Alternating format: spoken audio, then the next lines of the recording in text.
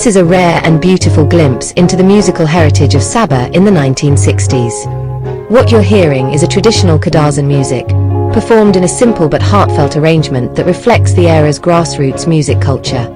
The recording is straightforward, no modern studio enhancements, just pure live performance. The musicians relied on only a few instruments, yet created a sound that carried warmth and soul. From careful listening, it seems the ensemble is built around three main instruments. Acoustic rhythm guitar, providing the steady harmonic foundation. Acoustic lead guitar, playing melodic lines and embellishments. Double bass, grounding the music with its deep, resonant tones. This minimalist trio was common in Sabah during the 1960s, when imported instruments were scarce and local musicians relied on what was available. The guitars, often passed from hand to hand in village gatherings, became the heartbeat of community celebrations, while the upright bass, sometimes even improvised from homemade designs, added depth to the ensemble. Kadazan music of that time was not only entertainment, it was a form of storytelling, a way of strengthening identity, and a reminder of belonging. What we hear today is more than just a song, it is history preserved in melody. Simple, heartfelt, and timeless. This is the sound of Sabah's musical past.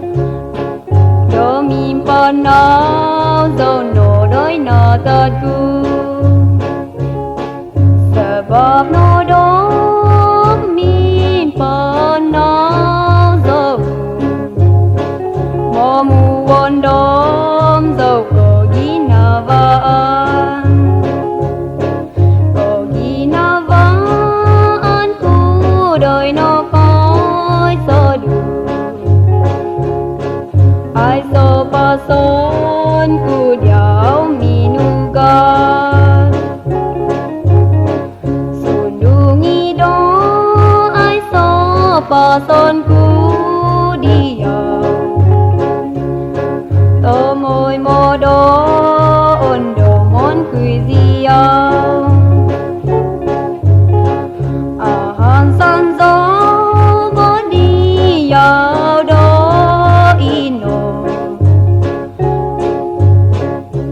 có gu hi có võ gu đời ti